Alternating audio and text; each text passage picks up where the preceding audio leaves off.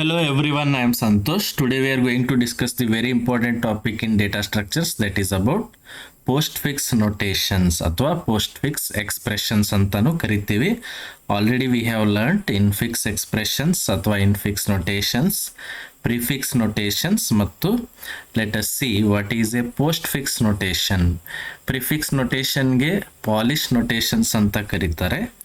ಅದೇ ತರ postfix notation ಗೆ ರಿವರ್ಸ್ ಪಾಲಿಶ್ ನೋಟೇಶನ್ಸ್ ಅಂತ ಕರೀತಾರೆ, because it is the reverse of prefix notation. Prefix ಅಂದ್ರೆ ಏನಾಗ್ತಿತ್ತು, ಮೊದಲು ಆಪರೇಟರ್ ಬರಿತಾ ಇದ್ವಿ, ಆಮೇಲೆ ಆಪರೆಂಟ್ಸ್ಗಳನ್ನ ಬರಿತಾ ಇದ್ವಿ. ಬಟ್ ಪೋಸ್ಟ್ ಫಿಕ್ಸ್ ಅಂದ್ರೆ ಏನಾಗುತ್ತೆ, ಮೊದಲು ಆಪರೆಂಟ್ಸ್ ಅನ್ನ ಬರಿತೀವಿ, ಅಟ್ ದಿ ಎಂಡಿಗೆ ಆಪರೇಟರ್ ಅನ್ನ ಬರಿತಿರ್ತೀವಿ. That is the one of the form of writing the expressions. Expression ಅನ್ನ ಮೂರು ವೇನಲ್ಲಿ ಬರಿಬಹುದು ಅಂತ ನಾವು ಹೇಳಿದ್ವಿ. ಯೂಶುವಲಿ ನಾವು ರಿಯಲ್ ಲೈಫಲ್ಲಿ ಇನ್ಫಿಕ್ಸ್ ಎಕ್ಸ್ಪ್ರೆಷನ್ಸ್ ಅನ್ನ ಬರಿತಾ ಇರ್ತೀವಿ. ಮೀನ್ಸ್ ನಡುವೆ ಆಪರೇಟರ್ ಇರುತ್ತೆ, ಸೈಡ್ಗೆ ಆಪರೆಂಟ್ಸ್ ಇರ್ತವೆ. Okay, let us see what is A post fix notation. Post fix notation format ಏನಿದೆ ಅಂತ ನೋಡೋಣ. Format of post fix notation is, first ನಾವು ಏನು ಬರಿಬೇಕು, ಆಪರೆಂಟ್ಸ್ ಬರಿಬೇಕು.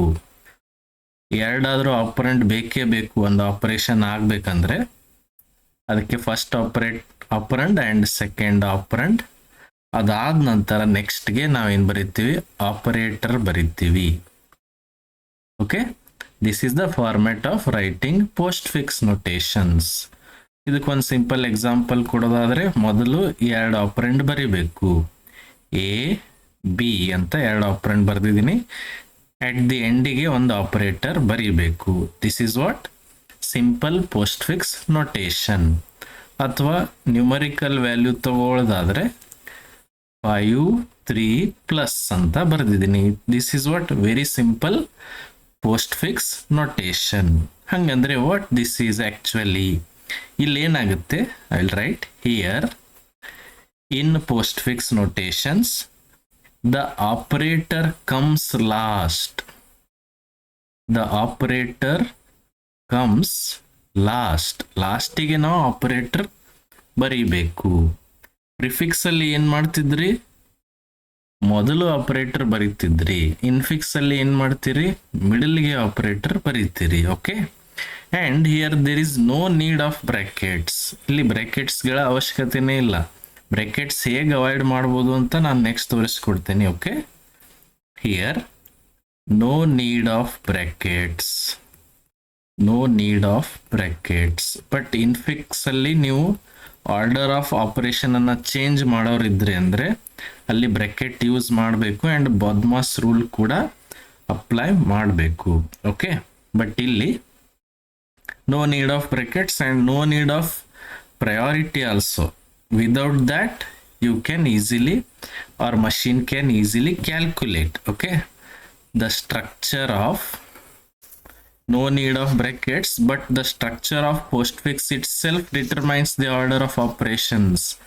ನೀವು ಬರೀ postfix expression ಅನ್ನು ನೋಡಿಬಿಟ್ರೆ ಈಸಿಲಿ ಆಪರೇಷನ್ ಮಾಡಬಹುದು. The structure of postfix itself determines the order of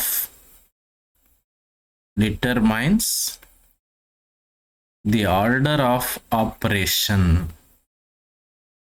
ಅಂದ್ರೆ ಇಲ್ಲಿ no need of operator precedence, priority ಅವಶ್ಯಕತೆನೇ ಇಲ್ಲ. Still you can do it, still you can do the calculation.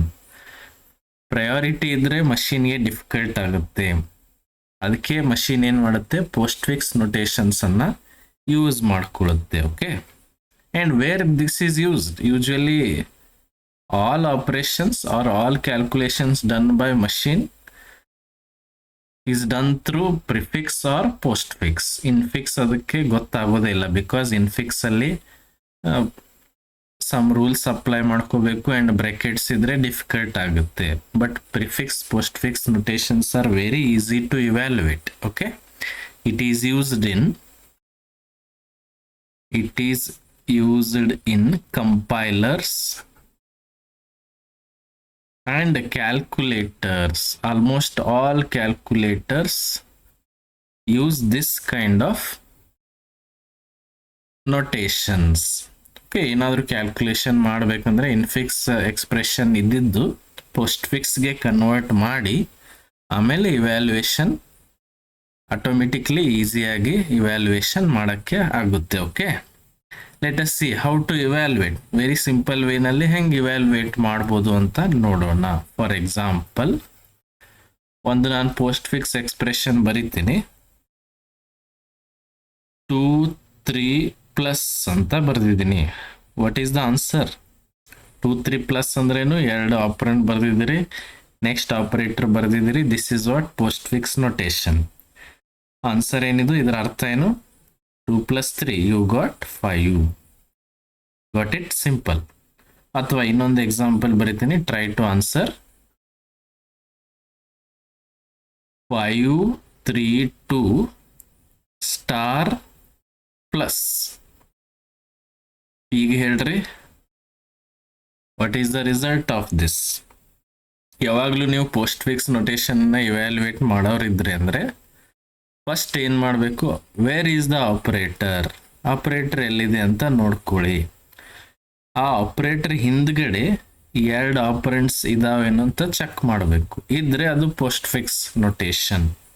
ಹಂಗಂದ್ರೆ ಒಂದು ಆಪರೇಟರ್ ಇಲ್ಲಿ ನನಗೆ ಸಿಕ್ತು, ಇದ್ರ ಹಿಂದ್ಗಡೆ 2 ಆಪರೆಂಟ್ಸ್ ಇದಾವೆ. ಹಂಗಂದ್ರೆ ಏನು ಮಾಡ್ಬೇಕು? ಇದನ್ನ ಫಸ್ಟ್ ಇದನ್ನ ಕ್ಯಾಲ್ಕುಲೇಷನ್ ಮಾಡ್ರಿ. 3, 2 ಸ್ಟಾರ್ ಅಂದ್ರೆ ಏನು? 3 × 2.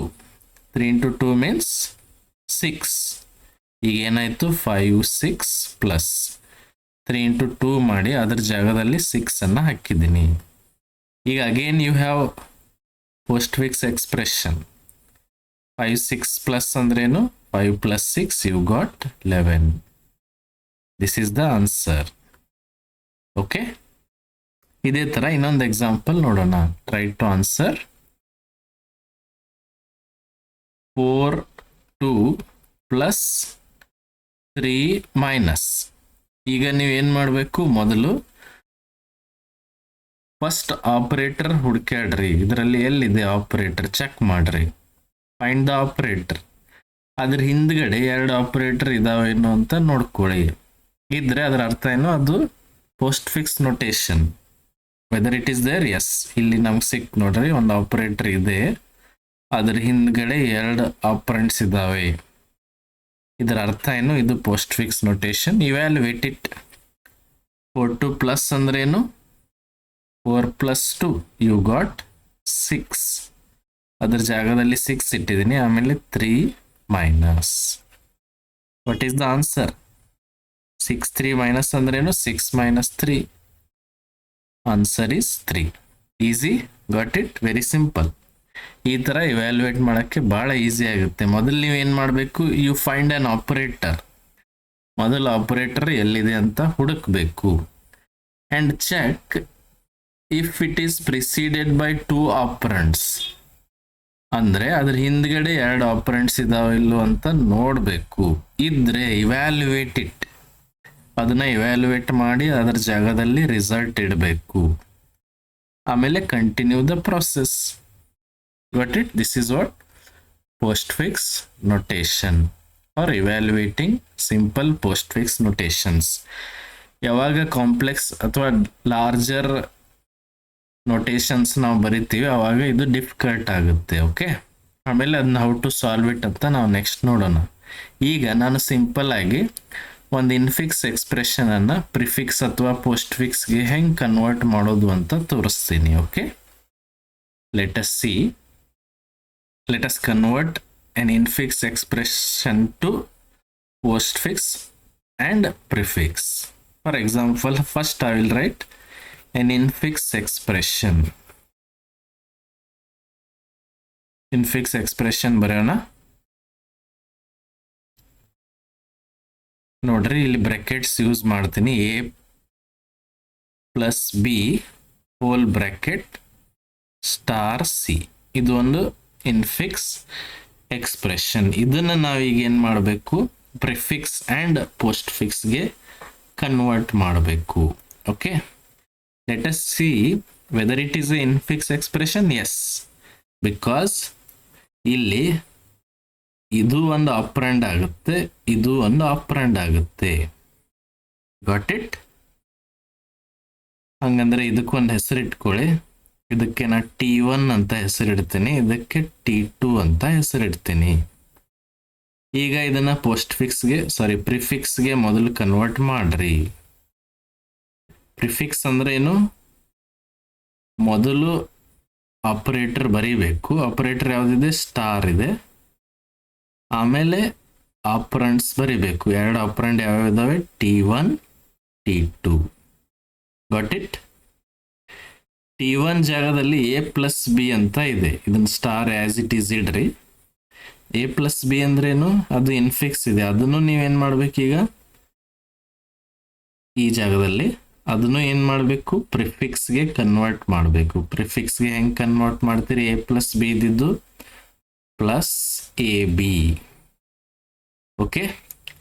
T2 ಅಂದ್ರೆ ಯಾವುದು?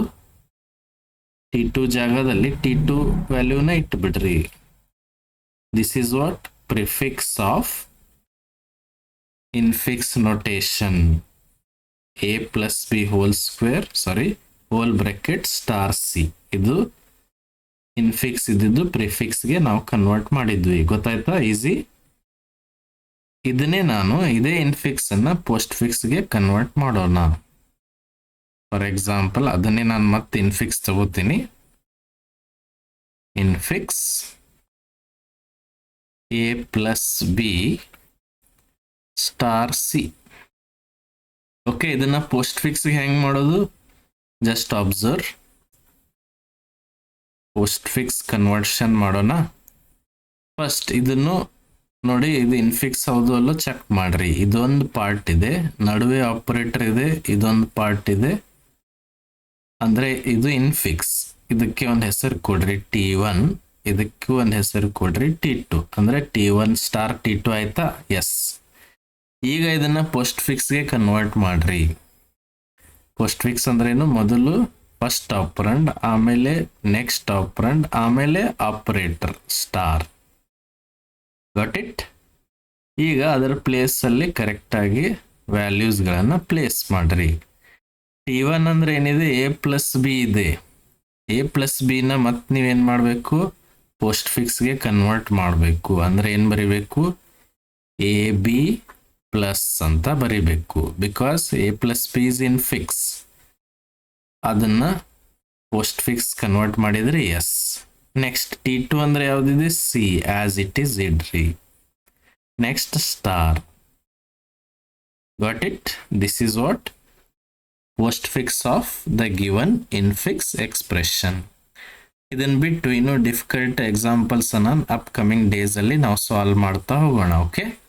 ಇಲ್ಲಿ ನೀವು ಅಬ್ಸರ್ವ್ ಮಾಡಿದ್ರಿ, ಯಾವ ಇನ್ಫಿಕ್ಸ್ ಎಕ್ಸ್ಪ್ರೆಷನ್ ಪ್ರಿಫಿಕ್ಸ್ಗೆ ಕನ್ವರ್ಟ್ ಆದ್ಮೇಲೆ ಬ್ರಾಕೆಟ್ಸ್ ಅವಾಯ್ಡ್ ಆಯ್ತಲ್ಲ.